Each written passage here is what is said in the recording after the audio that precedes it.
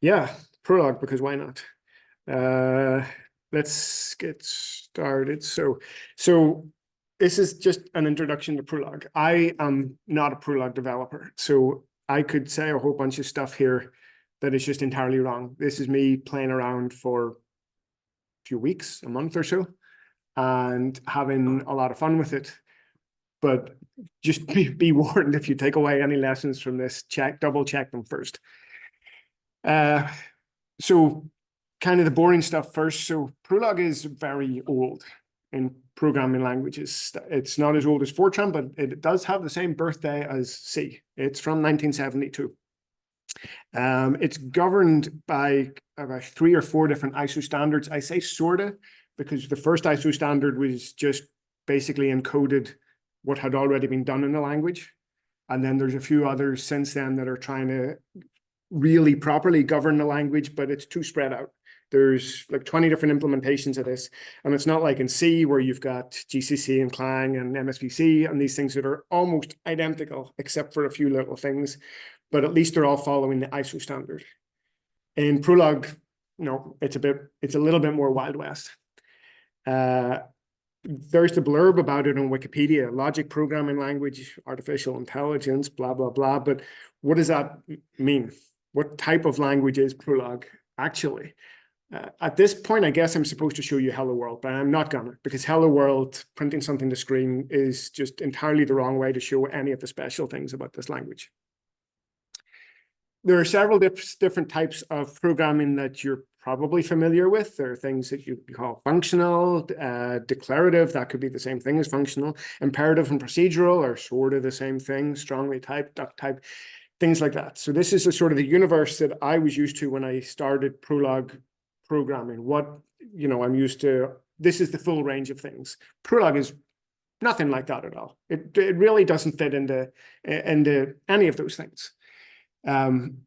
Imperative programming is a very good example of that, I think, is C. So you write the code that tells your computer step by step what to do. It's like a recipe for baking a cake. You don't say, I want a cake. You say, crack the eggs and, sieve the flour and blah, blah, blah. And you go through it step by step. You think about how. So the programmer thinks about how to do it and tells the computer, this is the steps I want you to take. So you think in terms of the right algorithm to use to solve your problem. You can change global state. Importantly, functions are thought of as machinery that does something.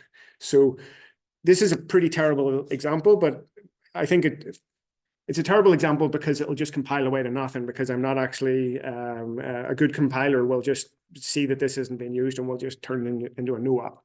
But it still gives the sense of what I'm talking about here. You have to go step by step. You have to declare the space, and then you have to fill the space step by step, putting in the square of each of the things into this little block. So very algorithmic. Functional, or it's a type of declarative. So Haskell is a good example of this. Your code tells the computer what you want. So you say, I want a strawberry cake. You don't tell it how to make the strawberry cake. I want a strawberry cake. So the concern is what you want rather than how you want it to be computed. So you think of data transformation. Everything is immutable. You don't change state. And functions are machinery that transform data from one thing into another thing. So there's a couple of examples. Haskell, you get the little square function and you call map. So it'll take, if you give this function a list, for each member of the list, it'll pass it to the square function and return you something just like this. And this is Python is maybe, it's not as purely functional as Haskell, obviously, but this is kind of functional where you're using a map and you're using an anonymous function and you're passing something into it. This will return a map object that then you can expand into a list if you want and do stuff with. But Prolog is not really like either of those. That's what I was coming into this expecting. It is declarative, but it's not functional. It's based on logic. So you declare things that are true, and then you ask the engine about all the different implications of that, right? So you write a bunch of statements that you know to be true in whatever domain you're modeling. This is true, this is true, this is true if these things are true. And then you write all of these implications, and then you start asking the engine questions. So logical implication, the famous old ones, Socrates is a human. All humans are mortal. Therefore, Socrates is mortal, right? So you write down your facts, the things you know to be true, and you start drawing implications from that. So I'm going to encode that into Prolog, but first, instead of talking about semantics, talk a little bit about syntax. How do you actually write stuff how do you actually write things in Prolog? So it's very weird. When you first come to it, it's very, very strange. Statements end with a dot, with like a full stop or a period if you're American, instead of the semicolon that you're used to from C. It's kind of like, it kind of serves the same purpose as a semicolon in C. It says, this is the end of this clause or this statement. A comma implies logical and of the things on either side of it. So A, comma, B means A and B must be true.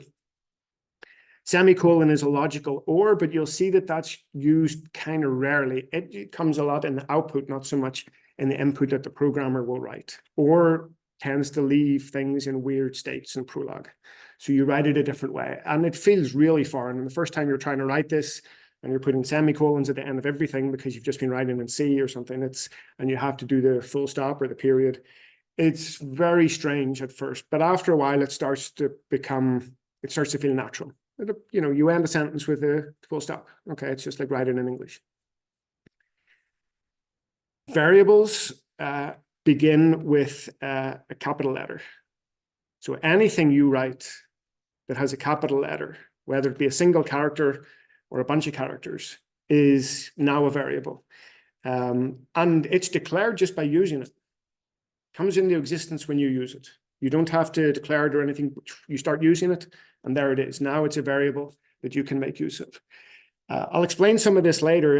It doesn't really have a fixed place in memory because it can hop around depending on what you're doing with it, which can be confusing.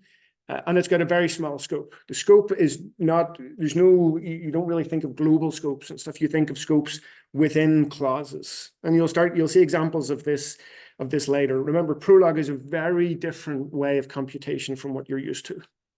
So in any case, whenever you see the code later, if you see a capital letter at the start of something, it's a variable. It doesn't actually mean anything just yet until the Prolog engine decides that it means something.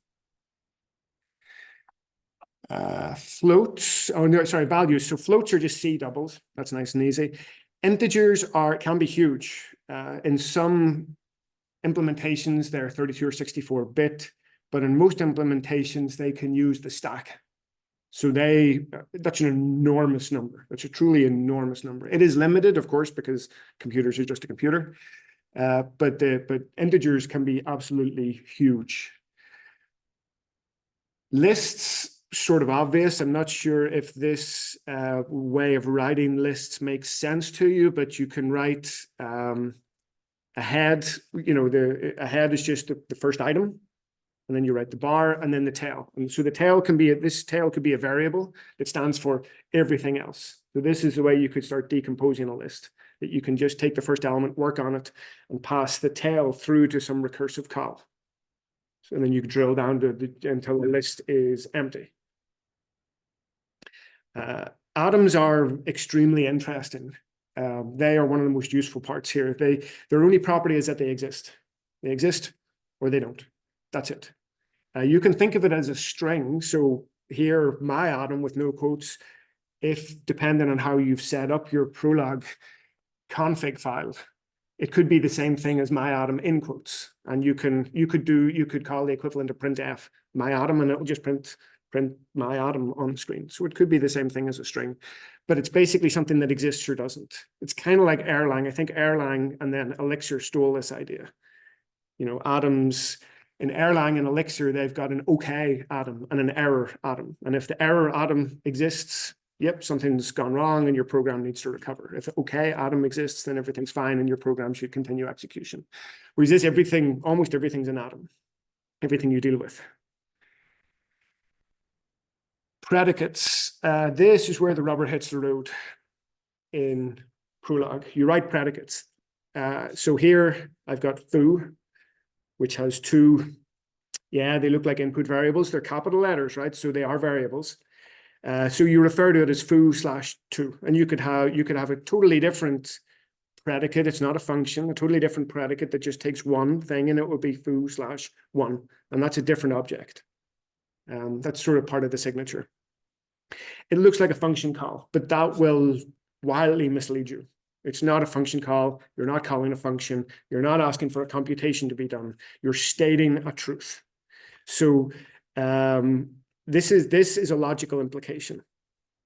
So the right-hand side of this little symbol here, if these things are indeed true, if X is indeed equal to bar, notice a lowercase, it's equal to the atom bar, and Y is indeed equal to the atom baz, then this thing is true. So it's a logical implication. You can think of this as being if foo blah blah. So I think I've written it here. Yeah, foo of X and Y is true if and only if X and Y are equivalent to bar and baz. You can leave that out. Sometimes the left-hand side is just always true. If you're wanting to state that Socrates is a human, that doesn't depend on anything. It's not Socrates is a human if, it's just Socrates is human. Then you can leave out the whole right-hand side. So you can, this little terminating full stop here, you can just put that right there and get rid of the rest of the line. And that would just mean that foo of X and Y is always true, which is kind of a weird statement because X and Y are variables there. So you're kind of, but you can do that. You can do that. So back to Socrates. So let's see. So I've got my little Socrates file here, and I've just put in what I've written there. So human Socrates. And these things are atoms and predicates, and they come into existence simply by using them. I don't have to declare them. So up at the top left, I'm saying that human of Socrates is always true. There's no if statement there. And then I'm saying that X is mortal if X is human. Okay, so we can go down here, SWI Prolog, and we can run that. And I can ask it a question. I can say human Socrates. And it'll say yes, indeed. I can say mortal Socrates. And in this case, it has to go into that predicate. And it says, yeah, I can make X equal to Socrates. And I can put that into human and I get true. So then this must be true. But I can ask it questions instead. I can, in fact, let's move, I think that's on the next slide. So, okay, here I did it a different way. I called it with the file name, but you can just start this SWIPL just as it is, and it's empty, and then you can consult that file. It puts on the .pl extension under the end, and then I can ask it, is Socrates mortal? And that's true. I can expand the file. Can I? Yes. I can expand that file to include a couple of other people who are also mortal. And I can consult the file again. Okay, that's true. So now I can ask it, instead of just asking, is Socrates human or is Aristotle human, I can say, are there any humans? Do humans exist at all in this world? And it'll say, yeah, if X equals Socrates, this is true. If X equals Aristotle, this is also true. If X equals Voltaire, this is also true. And I got that continuation by typing the semicolon, which is the or statement. So you can read this output, you can read this as saying that human of X, anywhere that appears in my code, I could just replace it with this X equals Socrates or X equals Aristotle or X equals Voltaire.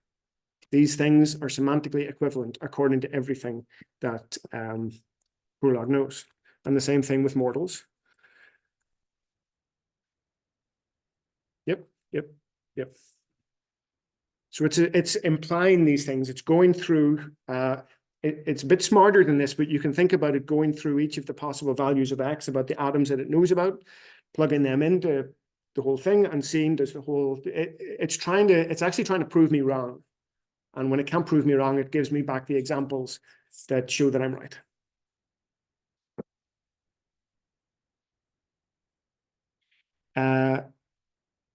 You notice here this little question mark. I said earlier that you could ignore the right-hand side of the little if operator, if that thing is always true. In typing these, I'm sort of ignoring the left-hand side, right? I'm asking what's the thing that's equivalent on the left-hand side, and it just changed it to this question mark. That's what the prompt looks like, but it's the equivalent. So that's the most general query, mortal X, because I've taken anything in there that could be bound and I've unbound it and just said, fill out these for me if this actually works. So it takes the variable X and tries to find bindings that will cause a statement to be true, and then lists those with the logical OR separator. Prolog folk will not call it binding, they'll call it unification, and they'll say, I'm sure they're right, but they'll say this is much bigger than binding. I don't understand the difference, but they'll say, what can it unify with? And if X unifies with that or that or that, then the mortal statement was true. Oh, I'm in the wrong place. Predicates are not functions.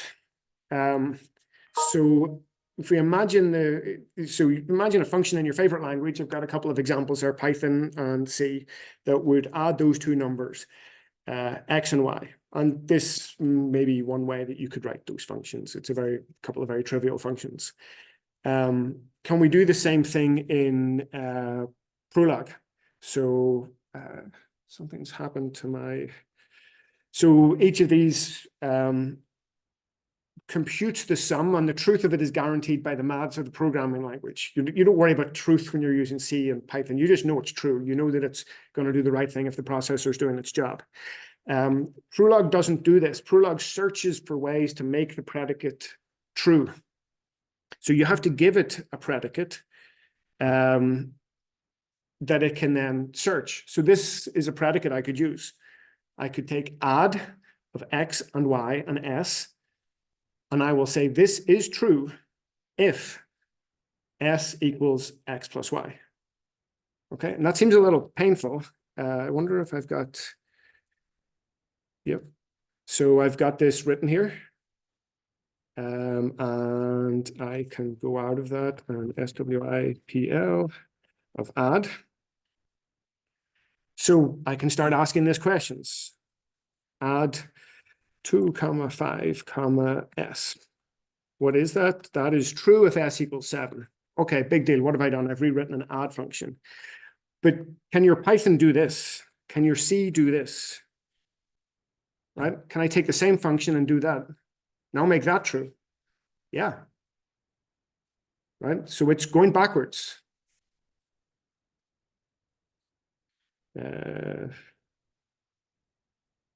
Yeah, minus 18. Can I make it totally...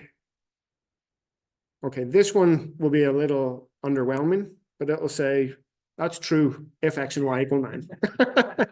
Okay, perhaps a little underwhelming. I can give it ranges. I think I can give it ranges. X in 1 to 5. Now I'm ad-libbing. I probably shouldn't do that. So can it be true that add XY 9 and X is in the range 1 to 6? Yeah, if Y is in the range 3 to 8. And they add. I could go here, I could go here and I could start insisting that X is greater than 0 and Y is greater than 0. And I consult again using a bit of shorthand. And if I make this 1 to 20, that is true, but only if X is 1 to 8 and Y is 1 to 8. It's cut out some of the range that it finds impossible because I don't allow negative numbers anymore. So can your C function do that? Can your Python function do that? You're not giving it, asking it to do a computation. You're asking it to find, how can I make this true? What it's really doing inside is trying to prove you wrong. But if it ever finds any examples that prove you right, it'll return those to you. Yeah. I'm going to come to that because it seems combinatorially explosive, right? Because if it's going to search everything, and if you have something less, this is trivial. But I'm going to show that later. It's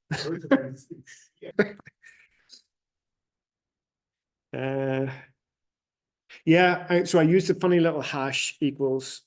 I might come to that later. It's got a few different ways of stating equality. When I found that when you're dealing with numbers, it's better to use as hash equals, but this depends on a library that I load in my config file, so I didn't clutter up the code that I was showing you. So you could also say is, x is baz, or you can say equals, like I showed you earlier. But when you're dealing with integers, when you're dealing with numbers, this is a better way to go, because that allows the code to work all the directions I showed. A more complicated example. So family trees, this is the example that everybody likes to use. So here I've got a family tree that you might recognize. So I define a whole load of parents. So you can call it whatever you like, parent, child. Some people just call it parent, but if I call it parent underscore child, it should be pretty obvious that the first atom is the parent and the second atom is the child, and not the other way around. It just makes it more obvious. So there's a whole load of parent-child relationships here. This one, I'm not sure if I've just made it up, but I wanted this to show an example. This might not be strict Simpsons canon. I'm not sure. So, okay, parent-child relationships, these don't have any if statements, so it's just always true that Homer is the parent of Bart. It doesn't depend on anything. But then because I've got all this, I don't want to have to go through and define who all the grandparents and grandchildren are, but I can calculate that, right? So if it is true that GP has a parent-child relationship with X, and it's true that X has a parent-child relationship with GC, and then you must have a grandparent-grandchild relationship. That one seems fairly obvious. This one, ancestor-descendant. So this one has an or in it that's sort of hidden. So ancestor-descendant, that's true if A and D have a parent-child relationship. That's true. I write an or instead of having it inside this clause. I just start another ancestor-descendant predicate that Prolog will interpret as an or. And this is sort of an easier way to do it. It means your code is less cluttered. No. The Prolog engine will check both of these. If it can prove this one, it'll return. Return is a funny way. It'll give you an answer. If it can't prove that, it'll go on and try to prove this. So A and D are in an ancestor-descendant relationship. If A is and X are in a parent-child relationship, and X and D are in an ancestor-descendant relationship. So I'm recursing. And as long as I've got the bottom of the recursion sorted, I'm fine. X and Y are in a sibling relationship if they both have the same parent P. That seems fairly obvious.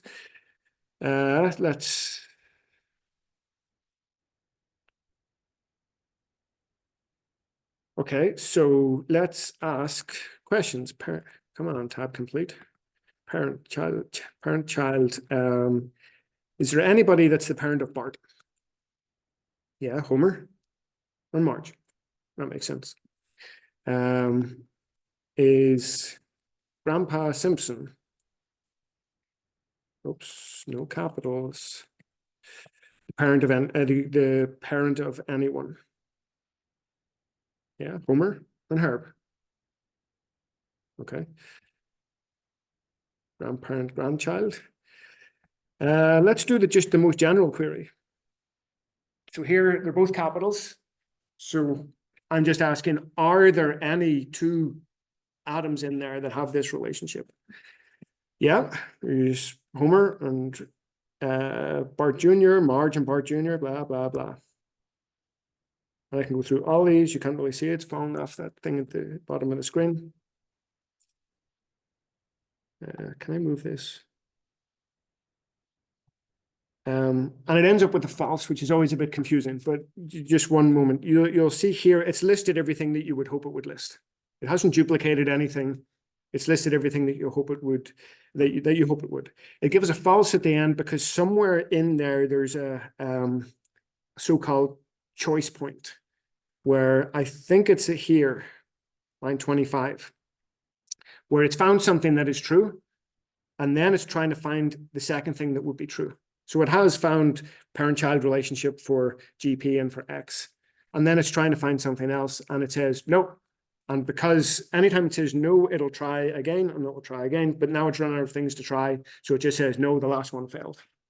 So anytime you see false, it doesn't mean that the whole query was false.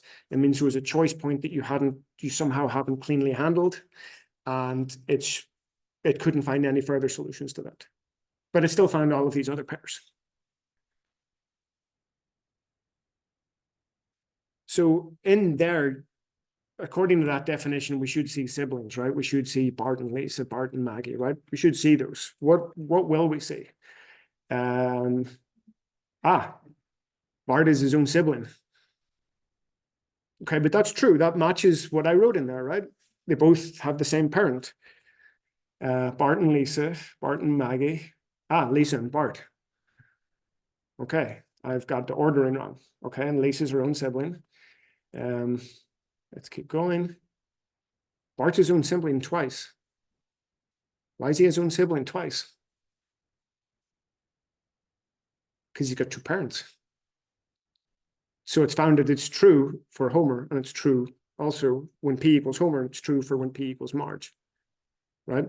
So now you start to see a weakness of this, right? And of course, there are ways out of this, but this is gonna, I think every sibling pair that you would describe in your human language will be hit 4 times. And you can't see that. Okay, I need to show the more complicated example first. And where am I? Family tree complex. So here I've got this mess, okay, that defines siblings. And I'll describe how that works in a moment. Let's see. Let's start again. Right, and now I'm going to ask it about siblings. Bart doesn't appear to be his own sibling. And that's everything that you'd expect in there. So you have to do a lot more work. You have to do a lot more work to get this to do the sensible thing. This isn't a weakness of Prolog. This is database systems and things like that would have the same weaknesses. And you have to use the same sort of tricks. So there's this, how does this predicate actually work? So if you consider the one that we used first, Bart and Lisa will be found, the pair Bart and Lisa will be found 4 times. Once for X equals Bart and Y equals Lisa, then X equals Lisa, Y equals Bart, and then for each of their 2 parents. And then also they'll be siblings of themselves. So how does this predicate actually work? So it starts to get a little bit complicated, but so this first predicate will generate a set of pairs. So a set, the pairs is defined in this, X comma Y. The fact that it's a set, you can't have duplicates in a set. It's like a set in Python. And we'll shove that into a thing called sibs, so siblings. Member will then take out each pair of this. And here I've limited it. I've said parent, don't bind to P, but the parent and the child should be the same, but X should not be equal to Y. And then extract them and spit them out again. So this part, this little operator at the start, this means cannot be proved that. Right? So if Prolog could prove that X is equal to Y, which is a Bart or a Lisa, then okay, that can be proved, so that doesn't fit this. But if I do /plus, that's like a not. But it cannot be proved that, is how you read it. And then this part here is a bit of an ugly hack. This just puts them in alphabetical order, and it has to be in alphabetical order for them to come out. So I only get Bart Lisa. I don't get Lisa Bart, because Lisa Bart's not in alphabetical order. It's a trick used from database stuff. You have to get a bit hacky with it. So even though it says that you only care about the logical purity, kind of true, but you also have to get a little bit hacky if you really want to get what you want to get. Okay, combinatorial explosions. So the way I've been talking is that you try every single input. and that's combinatorially explosive. It's almost always the wrong algorithm. So I've given an example of a Sudoku grid here. So there are 10 to the 77 ways to fill a 9 by 9 grid with the numbers 1 to 9, but only 10 to the 22 valid Sudoku grids. So you'd have to test if you wanted to just come up with one grid using this mechanism where it fills them all out. It sees if that's logically true, and then it bins it to generate and test. You'd have to do 10 to the 38 grids per second since the Big Bang in order to get your first one. It's just kind of crazy. So let's try it. Let's see if it's really going to take that amount of time. How much time do you have this afternoon, guys? So ignore this part down here. It's just a way to nicely draw grids. So you know what Sudoku is, I think. We want to write a predicate here that could take this row, so a list of lists, and prove or not, or disprove that it's a valid Sudoku grid. So what do we need to put in here? What sort of thing? What are Sudoku rules? Yeah. Yeah. So let's say we have to be very basic. So it's got to be that. Map. So I'm going to map over that list now, and I'm going to say these two things have to be the same length. Oops. So each row in rows needs to be the same length as rows. And I've already said that rows needs to have 9 things in it.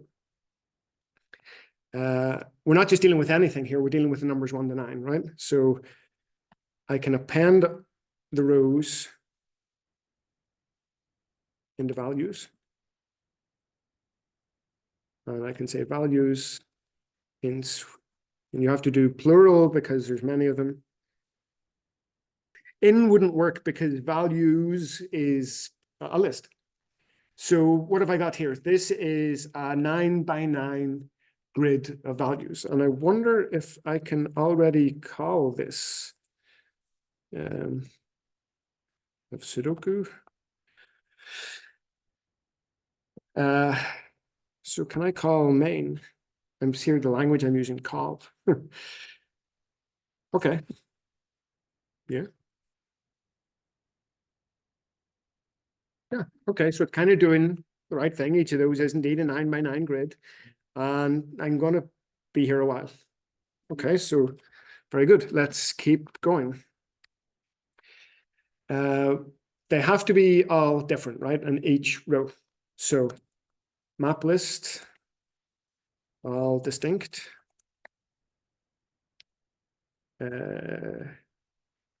Rows. Okay. So let's consult again, Sudoku. Aha. So now you'll find each of those rows is all distinct. Notice how fast it is, by the way. We want columns to be distinct as well, right? So we have to create columns. How do you create columns? You transpose rows, columns. So in each of these lines, think about it as stating each of these things has to be true.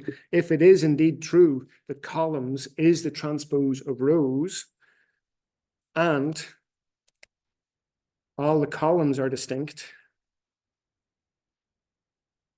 And is this making sense? I'm just insisting that each of these are true, and here I'm just coming up with this variable name, and I'm just creating it by using it. I'm not declaring it. And I'm just saying that if rows and columns are in a transpose relationship, and this map list thing is true, then I've got a Sudoku grid, which I don't yet, of course. But we're getting there. Okay. And I think if I just go forward a random amount of time and you stare at that, you'll agree that it's all right so far, right? Getting the little squares, right? Because Sudoku also has these 3 by 3, it's a 3 by 3 grid of 3 by 3 grids. So I have to pull this apart somehow, and I can say rows equal A's, B's, C's. So here I'm getting each row individually. B's, E's, F's, G's, H's, and I's. And then I'm gonna, this is a predicate that I haven't written yet. Squares, A's, B's, C's.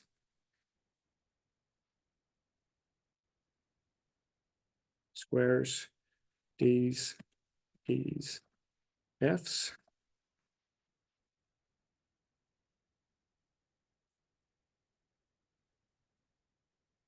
Okay. So imagine I did have the predicate squares that would search along rows. Now I think I've got a Sudoku grid. Apart from defining squares, I don't think I've missed anything. That's a Sudoku grid, right? So what do squares look like? I'm going to recurse. So I'm going to say this is the base of the recursion. So this is always true. If I ever get down to squares of 3 empty lists, it's just true. You're done with the recursion. And then I'm going to use the head tail thing. And now I'm starting to forget how to do things. 3 and then the tail. So I'm taking out the first 3 things of that list, and then everything else is in the tail, and I'm calling it V's 1. And then I'll do that a second and a third time.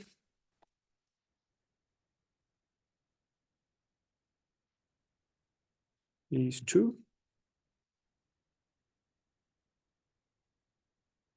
E7, E8, E9. Okay, does that make sense, that destructuring? Yeah. So each of those is a list. I pull out the first 3 elements, and those are, for the remainder of the predicate, those are equal to V1, V2, V3, blah, blah, blah, blah, blah. And now I do all distinct.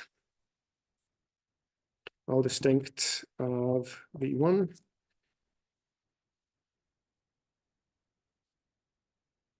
There's probably a more elegant way to do this. And I'm not done yet because I've still got those V's, but then I recurse.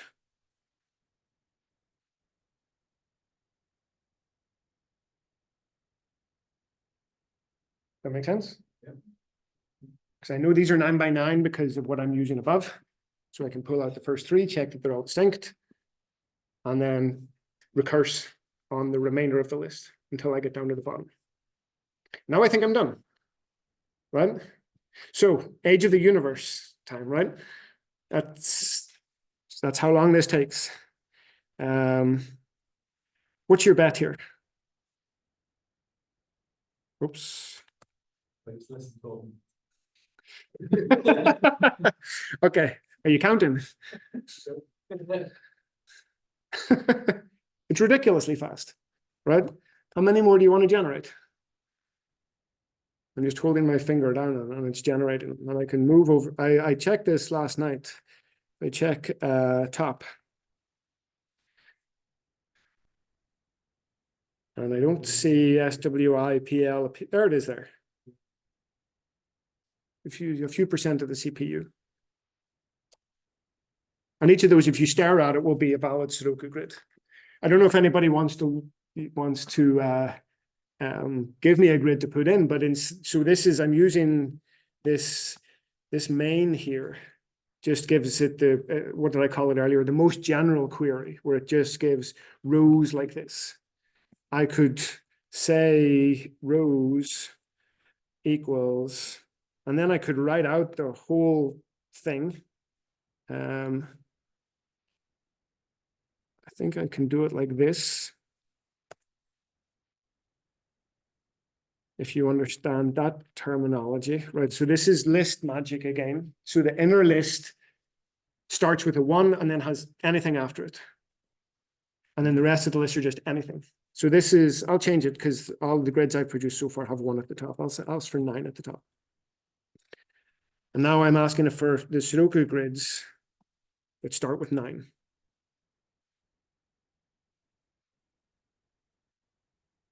Right?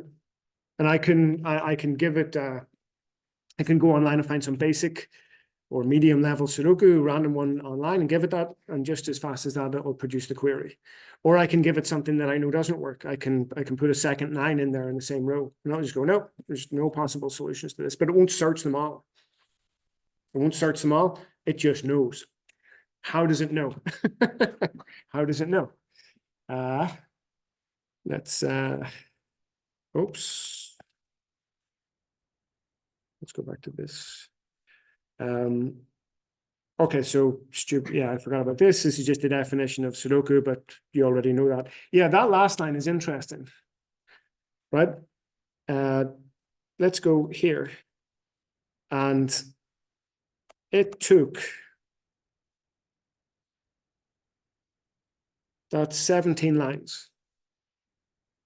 Do that in Python, where it can go both directions, where it can give you a true, false, or it can give you, and it can give you all possible grids if you've got enough time. Do that in C.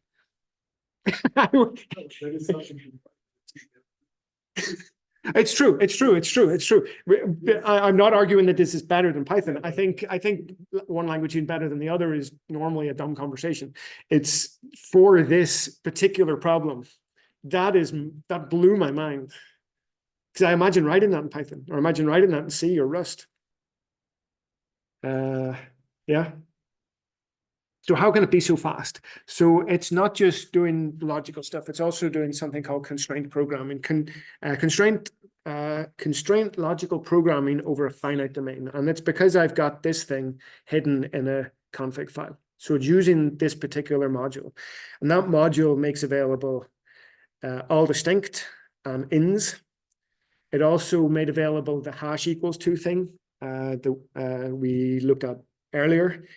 And it allows it to do what a human Sudoku solver will be able to look at a grid and see that, you know, in this 3x3, there's only one place 4 can go. So I should just write 4 in there. I shouldn't test all these other things. So it's kind of doing the logic backwards. There's only one place this can go because of all of the other constraints. And that's what this is doing. It's taking all of the constraints and propagating them over the entire problem space that you've given it and ruling out lots of things and then saying things like, well, that's the only spot a 4 can be in this row, so I better put a 4 there. And that's what human solvers do. Interestingly, if you go and you get one of the extreme ones online that humans can do, this can't do it. Humans are doing something smarter than this, which I find fascinating. Humans are following other rules that that little logic can't get. Yeah, and lots of clever maths hidden in there. What's Prolog useful for after all that? So I first heard of it through a friend at Lund University who uses it for legal work. So he sees laws as a set of constraints, and you could encode those as Prolog predicates. And you can ask it things like, for example, is this law so over constrained that it's impossible to follow the law? Right, that there's just no way of running your life in a legal way if this new law comes in.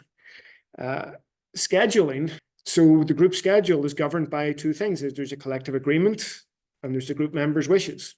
And in some sense, those could be encoded in Prolog predicates. So, you know, you could do things like you can test a current schedule against it. Are we really following the rules? Or a new collective agreement comes out and you encode the new things and you ask, what's this going to do to the schedule? People use it for them. I said I've tried it, but I think I lack the skills. I'm going to say I lack the time, but really it's the skills to properly do it.